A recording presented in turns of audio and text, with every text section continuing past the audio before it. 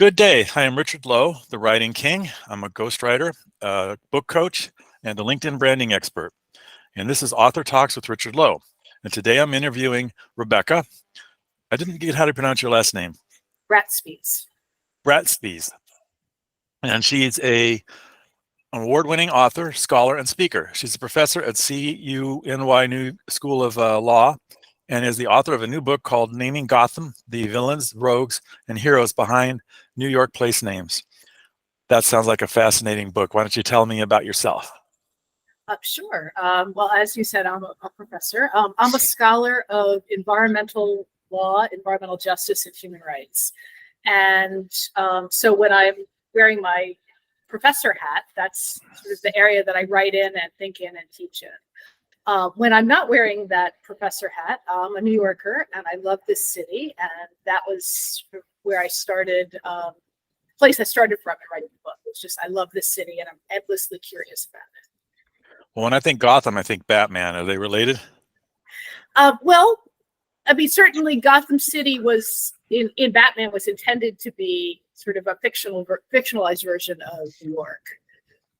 At least I hope fictionalized. Yeah, me too. Yes, but I take it your book has nothing to do with Batman. It does not have anything to do with Batman. Darn, no.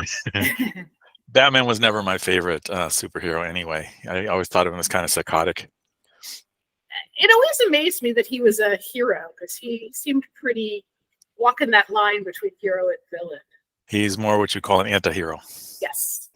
Which I love anti-hero books, but I don't like that particular series. Anyway, since it has nothing to do with your book, we can shelve that. So tell me a little bit, how did you decide to write that book? Well, to be honest, it began in a traffic jam. I my parents live in Pennsylvania, and so my husband and I would drive out of the city to visit them. We would always take a road called the Major Deegan Expressway, which goes past Yankee Stadium. And anybody who's ever taken, in quotes, taken the Major Deegan knows that what that means is it means you sit possibly for hours in traffic going nowhere. And the Major Deegan is the road that leads to the George Washington Bridge. Obviously, everybody knows who George Washington is, but nobody has a clue who Major Deegan is. Everybody takes the Major Deegan, but nobody knows who he was. And I, in my lack of patience when I would be stuck in traffic on this Major Deegan Expressway, used to really curse him. And I would say, who was that guy? I hate him. And my family eventually got sick of hearing me say that. And they said, well, why don't you find out? So I did. And it turned out that he was actually a lot less impressive than you might think, given that he has this major road named after him. But that sparked my curiosity about who were the other roads in New York named after. Who was Bruckner? Who was Hutchinson? And the bridges as well. Like who was Kosciuszko? Who was Pulaski? Pulaski Skyway is in the beginning shot of The Sopranos. It's this beautiful iron bridge. Well, who was the guy? So I started doing research, and it eventually led to this book. Interesting. Yes, The Sopranos. Now that is one. He is one of my favorite superhero or anti-heroes. Tony Soprano, anti-hero, because he is bad. But yes. Anyway, also not in my book, but the Pulaski Skyway is. I imagine so. But we're just having a discussion, so anything can come up. That's true. Yeah, I've often been curious about place names in California and in the southwestern states, and I've noticed that a lot of those tend to be named after Indian tribes. Same here in Florida, especially in Florida. Man, a lot of them are. And I looked up a few, not that many. I wasn't that curious. In California, when I waited in traffic, I was mostly cursing. See, that's the thing. That's sort of the tagline for my book. Stuck in traffic? Think of me. Interesting. You also are interested in environmental justice and human rights. How did you get started in that? That's a difficult question. I guess I was always an environmentalist, and I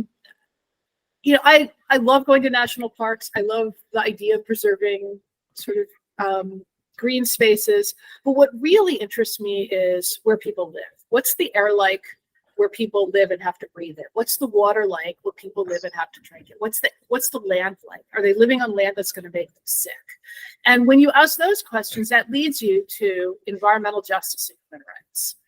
And so that's sort of the research that I do. I do a lot of research here in New York City, but I've done research across the country and around the world. And, one thing I should mention that may be of interest to people is that I collaborate with a very talented artist to make a series of environmental justice comic books that are available for free download for any nonprofit or educational use from my website, which is just my name, RebeccaBratspies.com.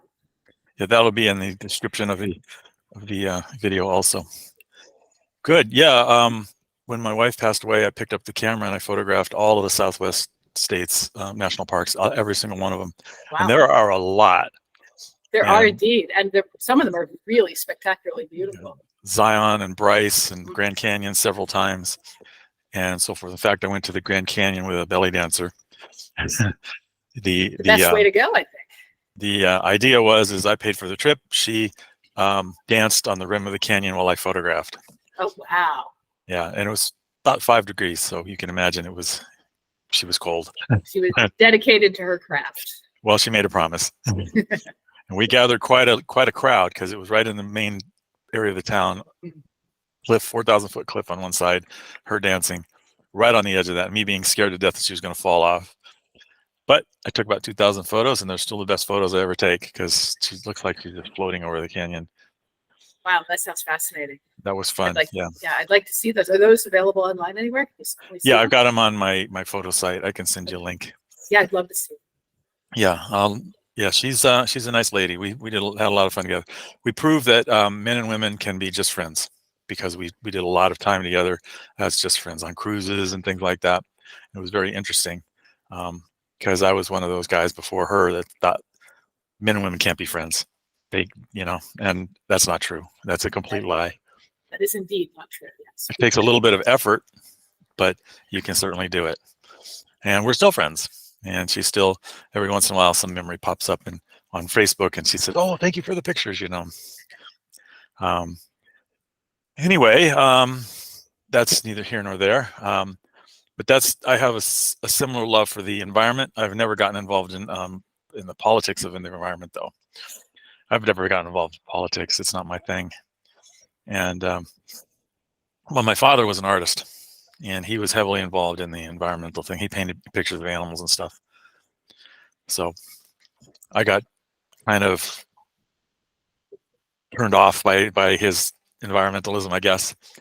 And because he was... See, for me, it was the opposite. My parents took me to Earth Day when I was a very young child, and it made such a huge impression on me. And it really shaped the course of my life. Interesting. Yeah, mine had the opposite effect, but then me and my dad didn't get along. So anything he wanted to do, I kind of turned out the opposite. You know how that is, parents, children, stuff like that. It's interesting that you have downloads of comic books. Are those the Environmental Justice Chronicles? Yes. What's the story behind those? So those are another fictionalized version of New York, a little less frightening than Gotham City, perhaps, but they take place in the town of Forestville, which is New York's alter ego, but it's also any place that is struggling with the reality that whether or not you get to breathe clean air and drink clean water has a lot to do with what color your skin is, what zip code you live in, and how much money you have.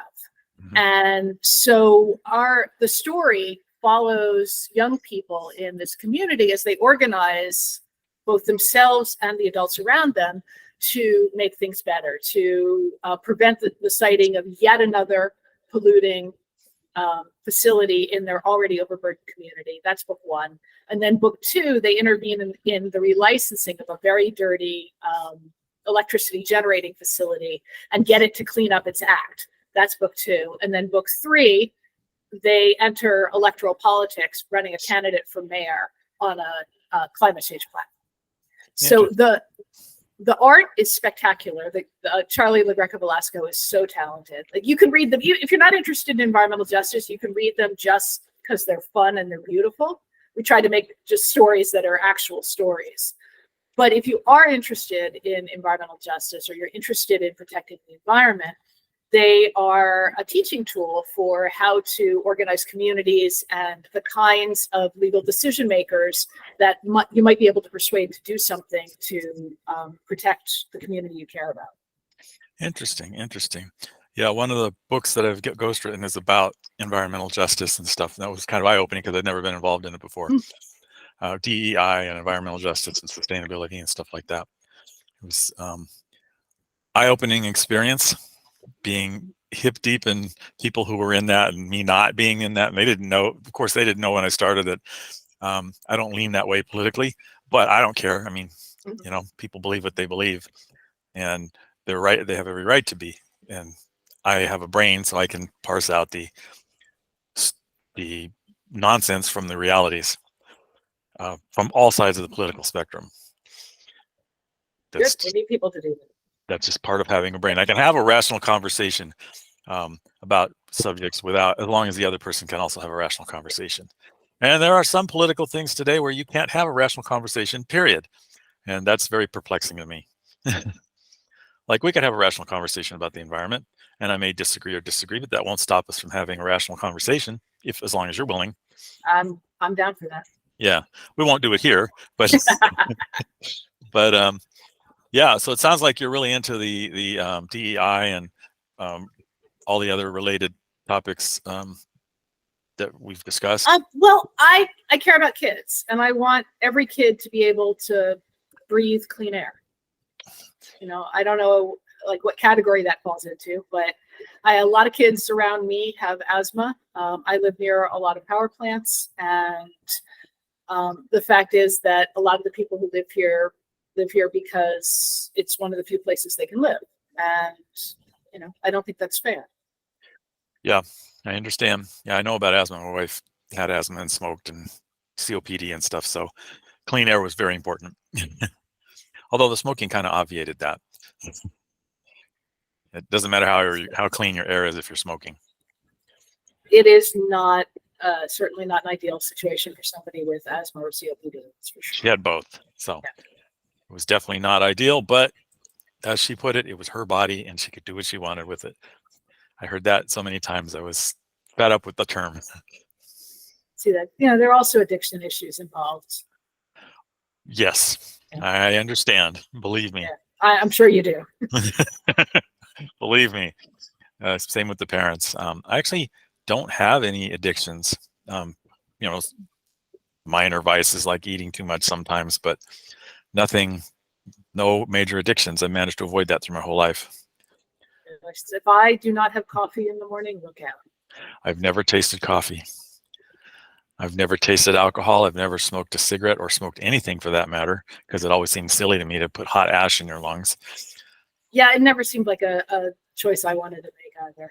Yeah, and I do like not having cancer. So, you know, I consider that a good thing. And I've never even gambled. So I'm a little angel. But then if you read about angels, you notice that they're not really nice beings. And Lucifer was an angel. So kind of, when people say they're an angel, it's like, wonder what they're really saying. Interesting. Perhaps that doesn't mean what you think it means, right? Perhaps not. Perhaps it should be more specific. So you enjoy New York, it sounds like, as a city. I love New York. Yeah. There was a song, "I Love New York" or something like that. Oh, it was in Ghostbusters. I think it was in Ghostbusters. Yeah, there's, you know, it's this place that people write songs about. Ghostbusters is one of my favorite movies, and I think it took place in New York. Yes, it did. The original Ghostbusters. And Ghostbusters 2 was goofy, but okay. After that, they just not enthralled with them. What is CUNY School of Law? You were that's an acronym for City University of New York. Okay. And we pronounce it CUNY School of Law. We are a public law school here in New York City. And our mission is to, you know, provide legal education, affordable legal education to people who want to use their law degrees to make things better. I see. Interesting. I wonder if people use their law degrees to make things worse. Some do, I think. Hopefully I know they, students yeah. I know they do, but I wonder if some people actually have the purpose to do that. Yeah. Don't know. I don't think villains are the villains in their own story. Do you? I think that everything they do, they think is the right thing in one way or another. Whatever they do, even Adolf Hitler, he thought in his mind he was doing the right thing. I'm sure. But that doesn't mean they're doing the right thing. We are very good at self-deception. Many of us are. That is true.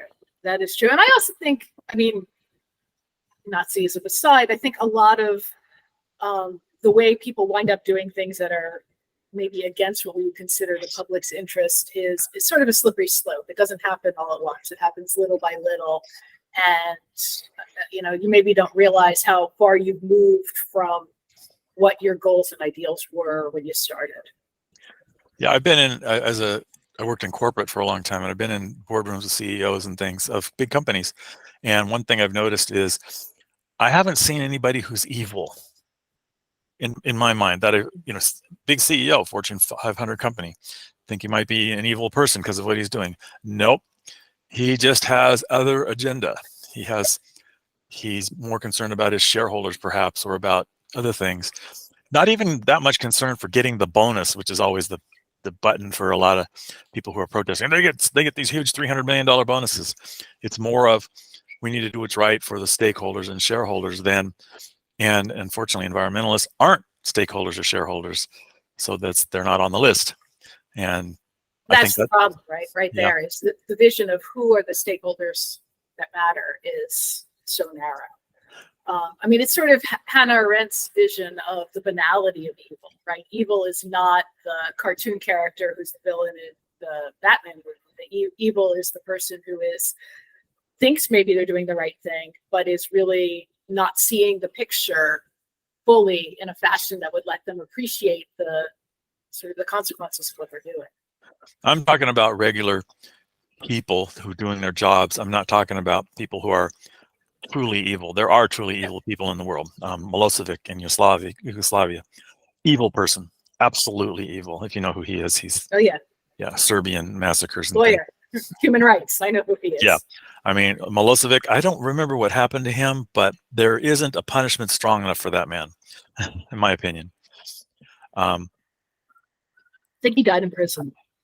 Probably, and all of the people involved in Germany in World War II and those type of atrocities, same thing.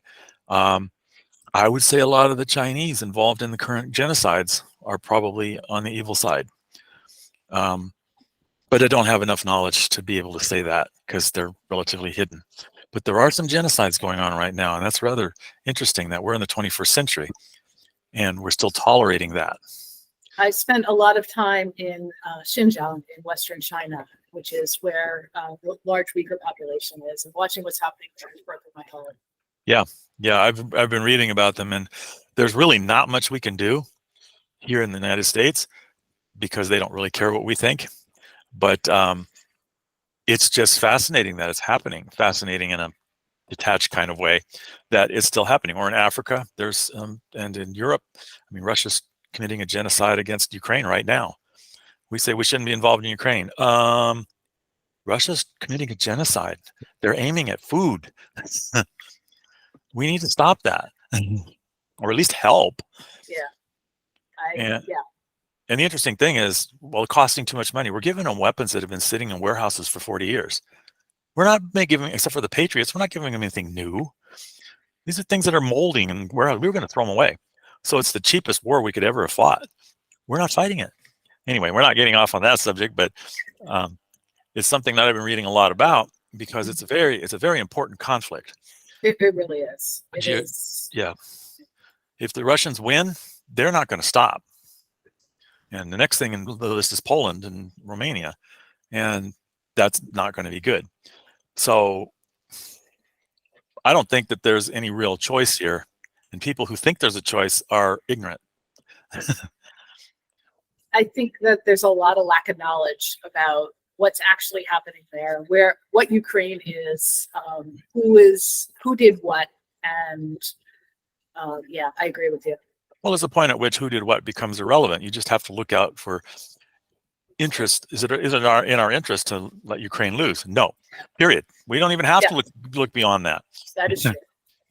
I mean, if we'd stopped aggression in World War II before it started, there were times when we could have Munich. And well, this is right. This is really a Neville Chamberlain moment, right? Are we going to sort of stand aside or not? Yeah, and so far we haven't stood aside. We've been doing, I think, the right thing without crossing the red line, because there is a red line, which would be a bad red line to cross. But anyway, that's more on the social justice side, I think. Yeah, we've gone far afield from bridges in New York City, that's for sure. It's true. Well, these conversations go all over the place. So, and if you ever don't want to talk about something, feel free. No, it's fun. I like talking to people. Yeah, me too. Me too. Especially about, I like talking about geopolitics because I study that.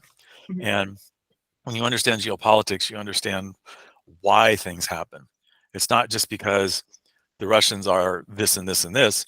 The Russians are surrounded by flat plains, which makes them easy to attack. So of course they're a little picky about who's on their borders. The Iranians are surrounded by mountains. They're very hard to attack, so they're not as touchy about who's on their borders because you can't attack them. I mean, it's really hard. Secure, yeah. It's really hard to attack Iran, and we would lose. Anybody who does is going to lose. Why is Egypt? Why do they act the way they do? Well, they're a river valley. I love learning about these things. In the United States, why is it so powerful? Mississippi River. That's why. And there's lots of videos on YouTube that you can watch. I'm talking to our listeners now that will explain why the Mississippi River is so important. It's the most important river system in the world, and because it enables the United States to be the power it is. Because it's cheaper to ship food over water, hence the river, than it is over land, and everybody else doesn't have. Most other countries don't have that type of. It's the biggest river system in the world. It also helps that we're a continent. Right? We're a continent. We don't have any real enemies on this continent.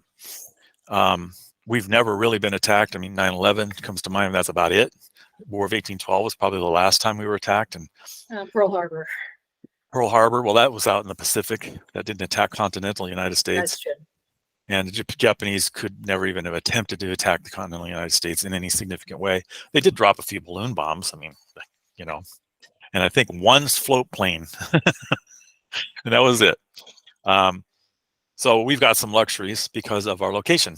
And that's why I love geopolitics, because once you understand that, that's why people are so nuts over there. And from my viewpoint, because they're in a different land, and it forms them. The land makes the people, or makes the politics. So you're going to make an environmental justice advocate out of you soon, I think. And you realize that the land shapes the people. If the land is polluted, then that impacts people's lives in ways that are devastating. Of course, and I do tend to like nature. I've done many hikes in the Southwest. Some very, very rough trips. Almost died in a couple of them. It was fun. I should write a book about it. Sure. I got too many books on my list. I write 5 books at a time from clients. Wow. I'm a nut. Plus all the marketing and stuff. How do you market your book, by the way? That for me has been the biggest learning curve, because I'm a law professor. I don't. When I write scholarly stuff, it doesn't get marketed. Like the people who it's written for a small audience. I mean, I'm always thrilled if more people read it, but really I'm writing to be part of a very specific conversation. But this book is really aimed for anybody who is interested in history and wants to know more about New York. And so it's really taken me out of my comfort zone. I mean, I'm talking to you. Like, this podcasts are not anything I ever did before. And, I speak to a lot of reporters in my professor role. So I sort of lean on that a little bit. I asked them for some advice. I wrote a lot of blog posts, which was really fun because there was a lot more stuff I wanted to write about than could fit in the book. It turns out, unlike a law review article or an academic publisher, when a popular publisher tells you you have a page limit or a word limit, they mean it. Mm-hmm. They don't let you be like, I just want to add another 20,000 words. They're like, absolutely not. So I had all this stuff that I wanted to say that I couldn't put in the book. So I've been writing blog posts for a lot of different blogs, and that's been really fun. Yes, but the key point is, does that bring in sales And I in have my no idea. in my experience, blog posts don't bring in sales. They bring in some fans sometimes, and you can build a fan base with it, but it's very tough. Google's not very friendly to smaller sites. I hate to say it's more friendly to corporate sites who have money and spend on advertising. And I'm finding that to be more and more real now. Same with Bing and on the other ones. There's really not a friendly search engine. Alta Vista used to be very friendly. I'm dating That's a long myself time there. ago, yeah. That used to be a very friendly site to all sites, and Google's not. Yeah, marketing is a bit of a mystery to me. Not really my forte, but I'm having fun, so that's a win. And I do have a day job. Yeah, my job is ghostwriting, and I have to market or I don't eat. So I've been learning marketing very fast. I had some really nice big fat contracts for a couple of years, so I kind of got lazy on the marketing, and I am paying for it now. I'm quickly coming up to speed. I hired a marketer to do some of my marketing. I'm writing blogs like crazy. I'm writing LinkedIn articles, got a lead generator, generating leads, and lots of other things, doing these podcasts, which one reason why I'm doing them, because this isn't going to generate a lot of leads, if any, but it's out of my comfort zone. As you said, it's way out of my comfort zone because I'm an introvert. Oh, really? Well, I think you're doing great at it. So yeah. Thank you for interviewing me. My pleasure. My pleasure. I'm interviewing different people, partially to stay out of my comfort zone, and partially because it's fun, and partially because we promote each other. Because you promote the podcast and I promote you, and we help each other. And hopefully that'll generate something for both of us. If not, fine. We had fun for a few minutes. Meet some good people. Exactly. I mean, I want people to read my book because I think it's interesting, and I put a lot of work into it.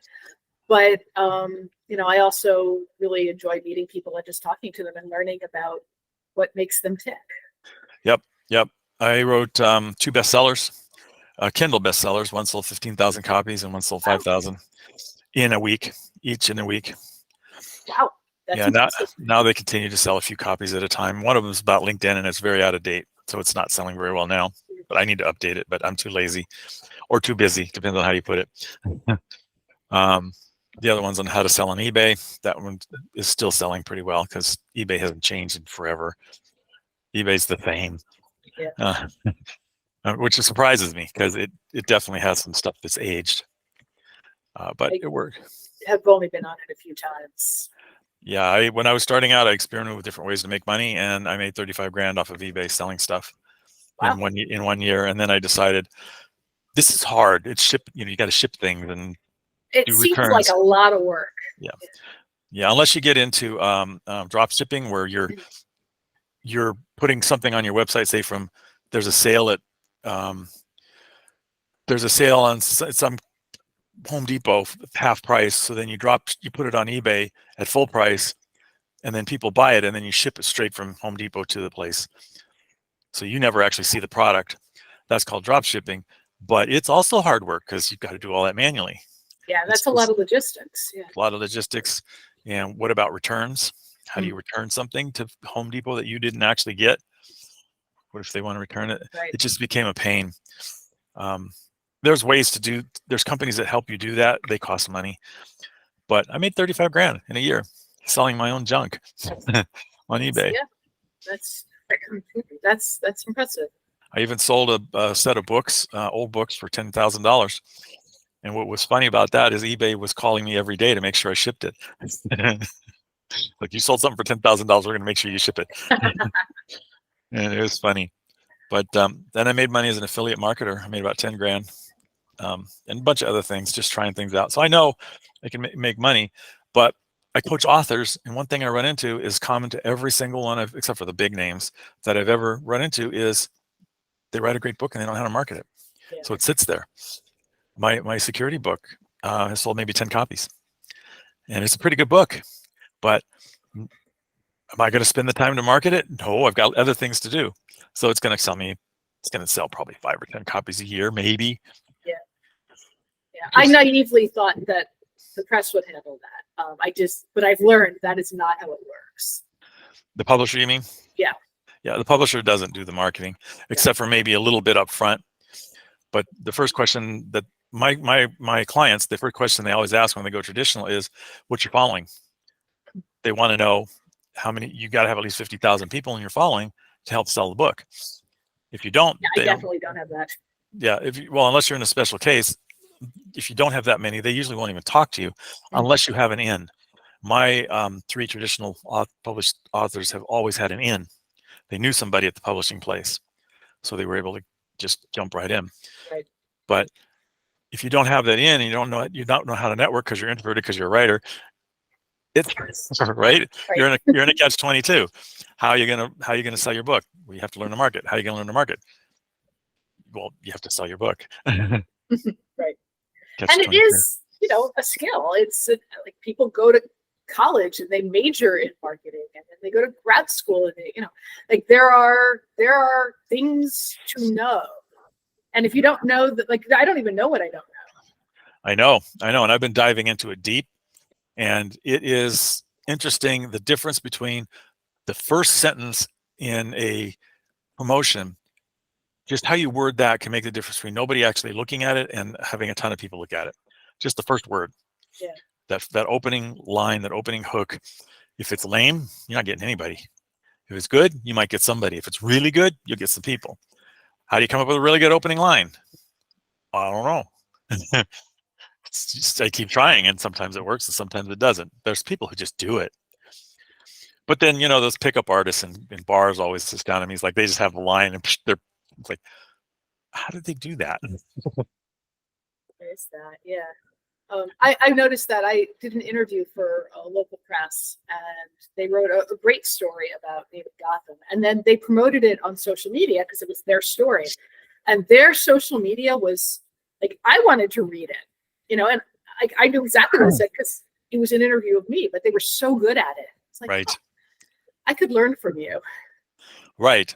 But even then I run into, even though I know that, and even though that's happened to me too, I still run into this sounds really good. How do I do it for me? Mm-hmm. How do I put in and I'm learning that, and I'm getting better at it. Just one person on LinkedIn, she puts an article out and she gets, thousands and thousands and thousands of views and hundreds of comments and reposts. This is an experiment. I put almost the exact same article out, but with my own slant on it. Mm-hmm. It's like 53 views, and 2 comments that people I asked to comment. And how does she do that? And I've got people I've got 10,000 followers, or 10,000 connections and followers and things.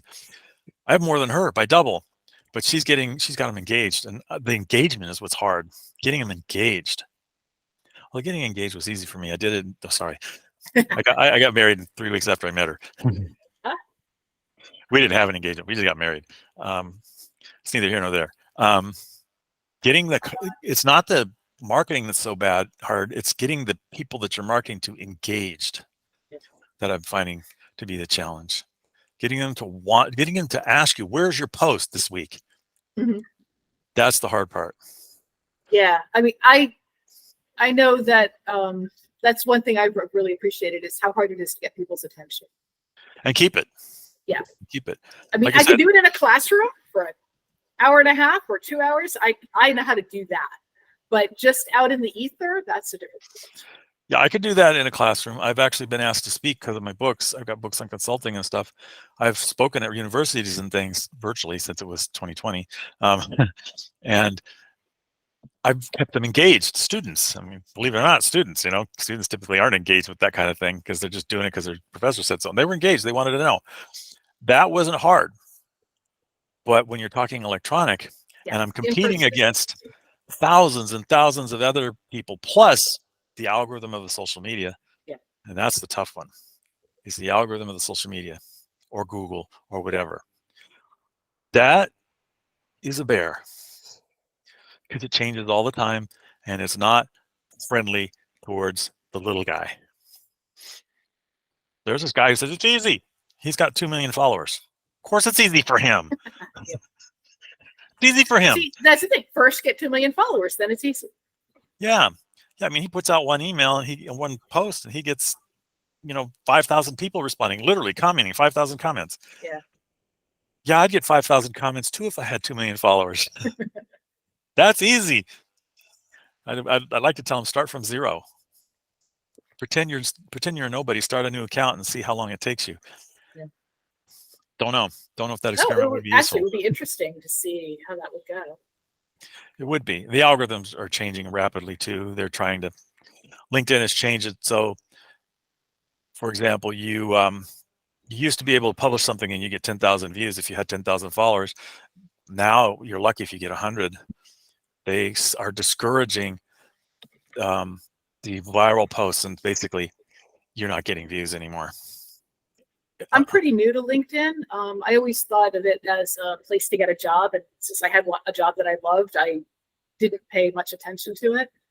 I would, if my students asked to connect with me, I would say yes after they graduated, but I didn't really do anything with it until this book. It has really brought me into social media in a way that I hadn't been before. Yeah, I'm using LinkedIn, YouTube, and Facebook. I'm probably going to dive into TikTok with these videos. I'm probably going to start slicing and dicing them and putting some if you say something very cool, I'm going to slice it and dice it and put it on TikTok. Now I want to say something cool. There's pressure. Yes, well, you probably said a cool thing, a couple cool things, some quotable moments. But then I have to have the time to listen to the whole thing again, which I'm trying to do 2 interviews a day, so there's not time to listen to these things twice. I just have to do them. That'll probably slow down as I get onto other things. But I had this podcast going a few years ago, and I did 25 interviews, and then I stopped, and I'm basically restarting it. And I just want to kind of catch up a little bit. And it's fun. I am sitting here in my chair on my butt all day long for 12 hours a day. I need to talk to somebody besides the client. Okay, well, anything else you want to say? No, just thank you. It's really been a pleasure talking with you. And, if you're listening and you're interested, check out Naming Gotham. It's a really fun read. I will do so. And I'll check out your comic books too. Yeah, please do. Yep. Well, this has been The Writing King. This is Author Talks with Richard Lowe. Thank you for watching the show. This is a several time a week podcast. I'm posting these on YouTube and TikTok, probably eventually Instagram and SoundCloud and any place else I can figure out, as long as it's easy. And, share it, post it everywhere, like it, subscribe, whatever is appropriate for the medium we're on. And I'm also a ghostwriter. So if you need a book written, come see me. I'm a writing coach. So if you're having trouble writing your own book, whatever the trouble is, I can help you because I've written over 100, which is astounding to me. And that's in 10 years. And also I'm a LinkedIn branding expert. So and I've been trained in it. So if you're having trouble getting any kind of reach on LinkedIn, I can help with that. So it's been nice having you on, and thank you for coming. Thank you very much. And